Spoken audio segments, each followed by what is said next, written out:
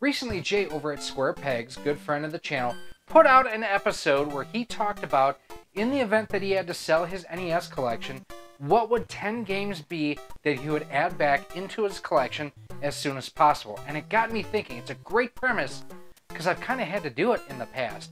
But I wanted to go ahead and take a different sort of look at it, which we're going to talk about here today in this episode. Hey everyone, Gary here with Rock Solid Productions, not Jay over at Square Pegs. He has more hair, but he's shorter. He's a lot shorter. What I want to know from you down in the comment section, have you ever had to sell part of your collection? What was it for? And when or ever did you get parts of your collection back? I've unfortunately been divorced in my life. I've had to go ahead and sell parts of my collection just to pay bills. Now, my first game that I would absolutely go with now, I'm going to cheat a little bit here, and these are my ground rules. So first and foremost, Jay just wanted to collect back 10 of his favorite NES games. Throwing a wrench in it. The games cannot be available remastered or on any other platform. So, for example, Darkwing Duck, one of my favorite games of all time. Well, I can get that on the Disney Afternoon collection that's available through Xbox. Sorry, just choked on having to say something good about the Xbox there. You know, Super Mario Brothers 1, 2, 3. Those are all available on the Nintendo Switch online service. Pac-Land, you know, one of the games I absolutely love. It's available through other platforms. There's a number of different games that would... RC Pro-Am, it's in the Rare Replay collection. Battletoads, in the Rare Replay collection. So you can kind of see how this is a bit of a challenge. So in a way, it's collecting back things that have been somewhat abandoned by their property holders, for lack of a better terms. And I am going to start with one of my favorites here. This is Mighty Final Fight for the Famicom. Hey, down here, Gary. Jay, what do you want? You can't use Mighty Final Fight. Oh, shut up. You are just messing with me. Because it was released in a compilation. It was... Yes, it was. On the Game Boy Advance. Was it really? Yeah, for real. Capcom Classics Mini Mix. Yeah. Yeah. No, I'm not lying. Here, take a look.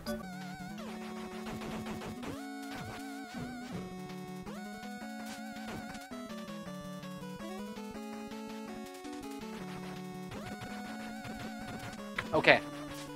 I'm actually taking a real page out of Jay's book here. 10 with one honorable mention. Mighty Final Fight, because it is only available on the GBA, which I've actually been looking at now. Thanks for the heads up on that, because it is a neat collection. Now, one of the tips, especially for the NES, is look at Famicom games too. I would never be able to afford, at current prices, Mighty Final Fight. It is way too expensive.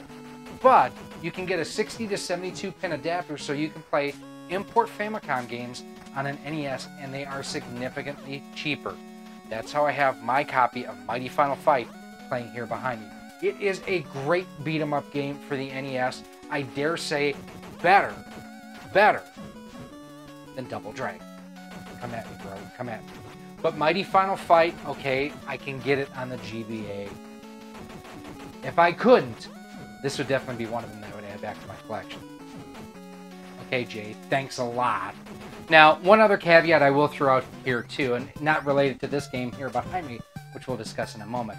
But if the games were available only digitally on an eShop that is no longer active or live, so for example, the Nintendo Wii's eShop or Virtual Console, I'm not counting those. If you can physically somehow go ahead and get it through PlayStation, through the eShop for the Switch, for the Xbox, or on Steam, I am not counting these. Well, Steam, I'm not sure on that. I'm not on the platform. I don't use it. But these titles are going to be in no particular order.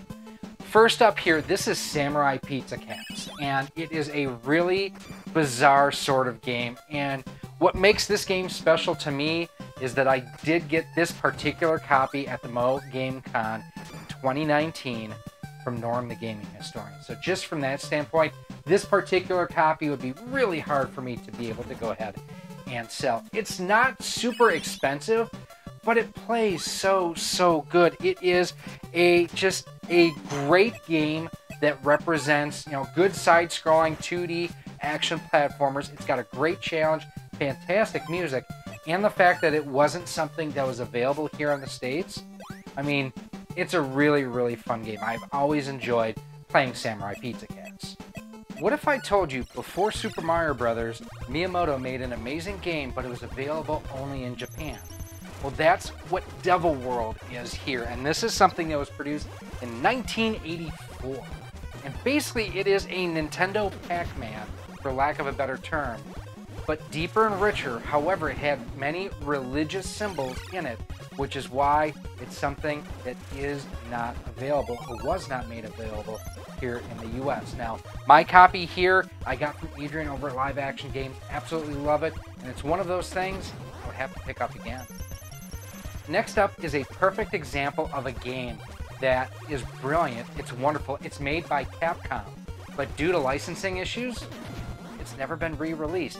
This is Yo Noid, and if you're not familiar with the Noid, he was basically the Domino's Pizza mascot during the mid to late 80s, and you wanted to avoid the Noid, kind of like Cool Spot with 7-Up, around that same time frame. It was done, basically created by the same folks that did the claymation, like the California Raisins. I'm really dating myself here. The California Raisins animation and everything. But Yo Noid is just a superb action platformer available on the NES. And one of those that, if you don't have already, definitely go ahead and check out. In the 80s, if I was in an arcade, this is one game that I would definitely hunt out, and one that I absolutely love having in my collection now. I would have to add back into my collection later on. In the 80s and early 90s, I loved watching the Mickey Thompson's Off-Road series. It was amazing. You had the Super 1600 buggies, you had the short course trucks. It's one of the things that I think got me so heavily interested in RC. And Ivan the Iron Man Stewart Super Off-Road is pretty authentic to the arcade that it is drawn upon. Now, because of the licensing, again, this is a game that you're not going to be able to get through any other channel, normally speaking. You know, it's not something that, you know, Ivan the Iron Man Stewart, I believe he's still alive, but, you know, they're not renewing the license, and Trade West are the ones that had produced this game. You could play up to 4 players on it. It was one of the most unique games at the time. I mean, 4-player on an NES, you had to get a 4 score, which I do have, but I may not pick up in the future if I would have to. Something to consider. The racing is tight, but still arcadey. I love the hop-ups and power-ups and everything that you can get in this.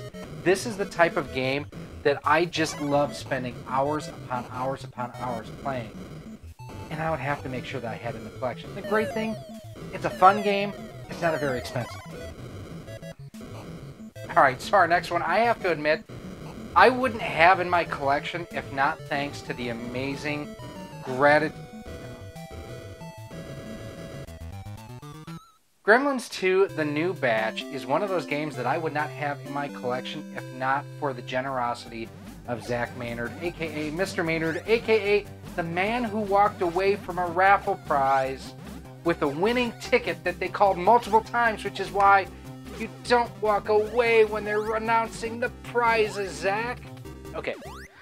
So Gremlins 2, The New Batch, I have to admit I wanted forever and a day.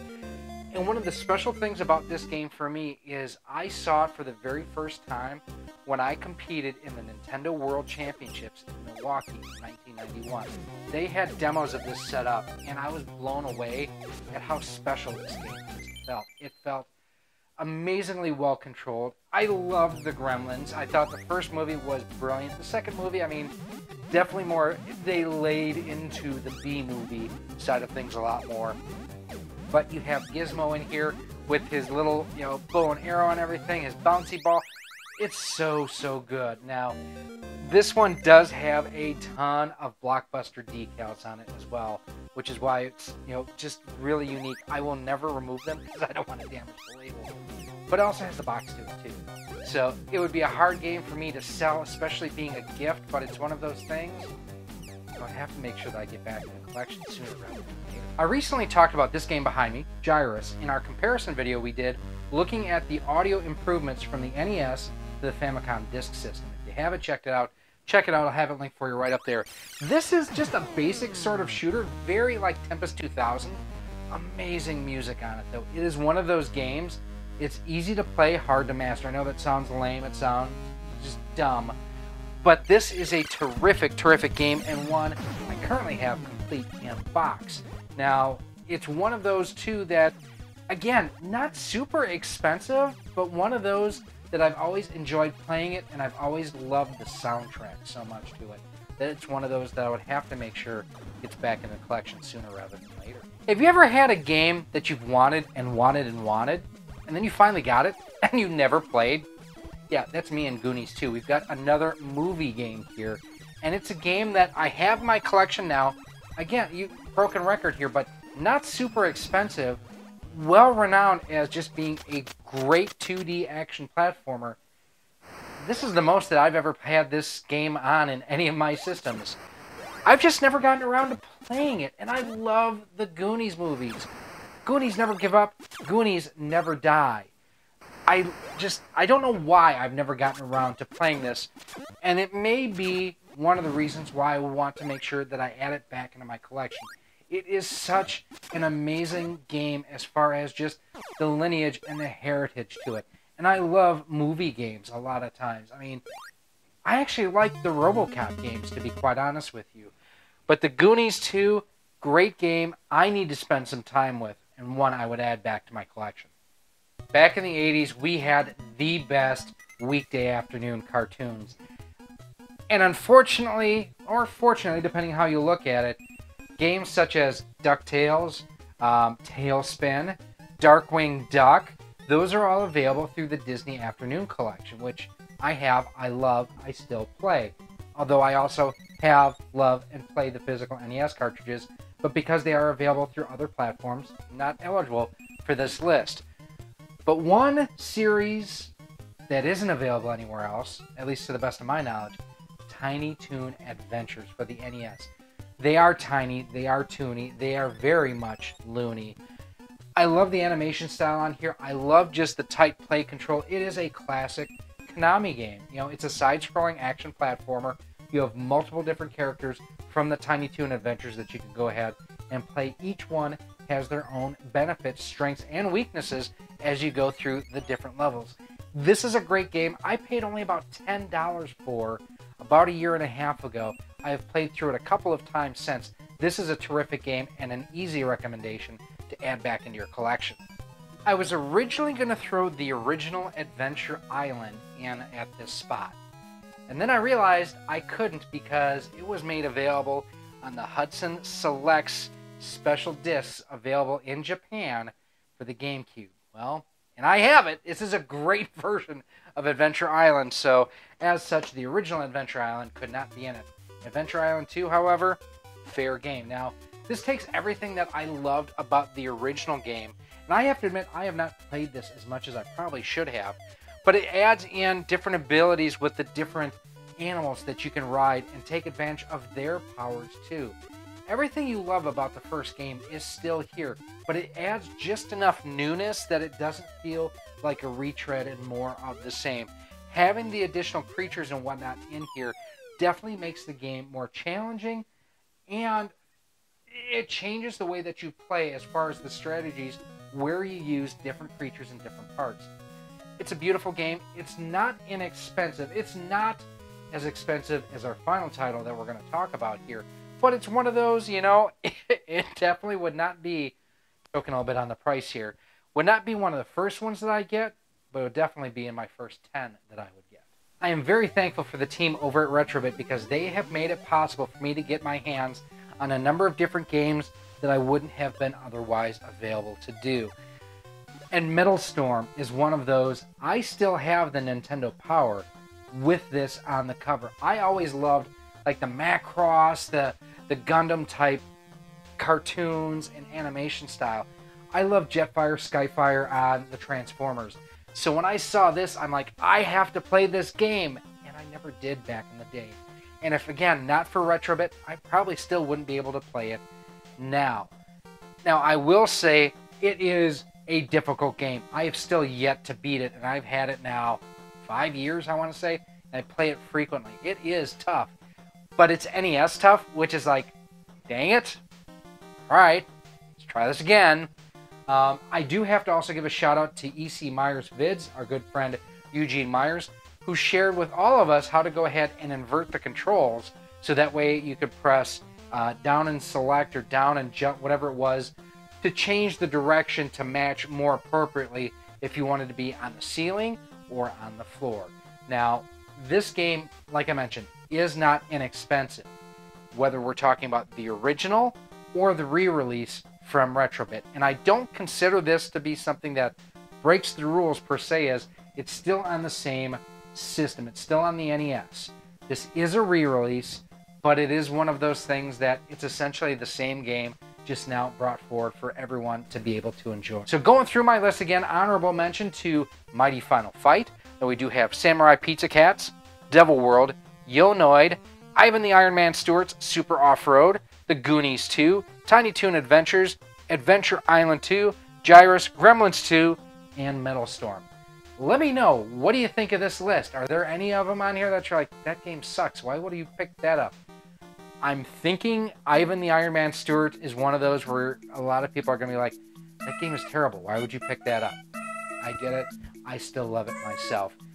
Let me know what you would think down in the comments, and if you're a creator yourself, make a version of this video. Let us know what you would pick back up, and make sure you tag Jay over at Square Pegs so he can see what your choices would be. Now, if you want to check out some of our videos that we've done on game hunting, different conventions that we've gone to, how we go ahead, clean, and maintain our games, those videos are coming up for you right now. Thank you so much for watching this episode. If you want to help support Rock Solid Productions and be a part of our community, there's a number of different ways you can do so. First and foremost, join us over on our Patreon page or become a channel member here on YouTube. By joining through either one of those methods, you get early access to just about all of our video content, exclusive content, and a whole lot more. We also give you shout outs at the end of each and every one of our videos.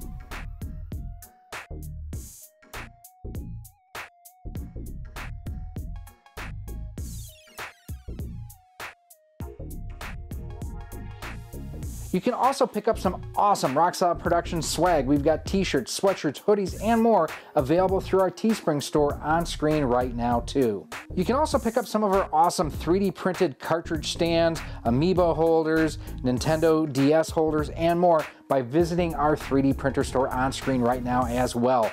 Links for everything will be down below in a pinned comment. If you want to stay up to date with everything we have going on here at Rock Solid Productions, make sure that you're following us on the different social media networks. We're on Facebook at facebook.com/RockSolidProductions, Instagram at instagram.com/RockSolidProductionsGK, and Twitter at RockSolidStudios. If you're looking to pick this and other retro and modern gaming accessories up, make sure that you head on over to CastlemaniaGames.com. He has a feature over there called Castle Cash, where the more you spend, the more you earn towards future purchases, and Castle Cash is just like cash. He also offers convenient payment plans for more expensive items over $50. Finally, make sure that you use promo code ROCKSOLID10 when you're shopping at CastlemaniaGames.com, as it can save you up to 10% on most items on the website. Again, thank you for watching this episode, and I cannot wait to see you again soon.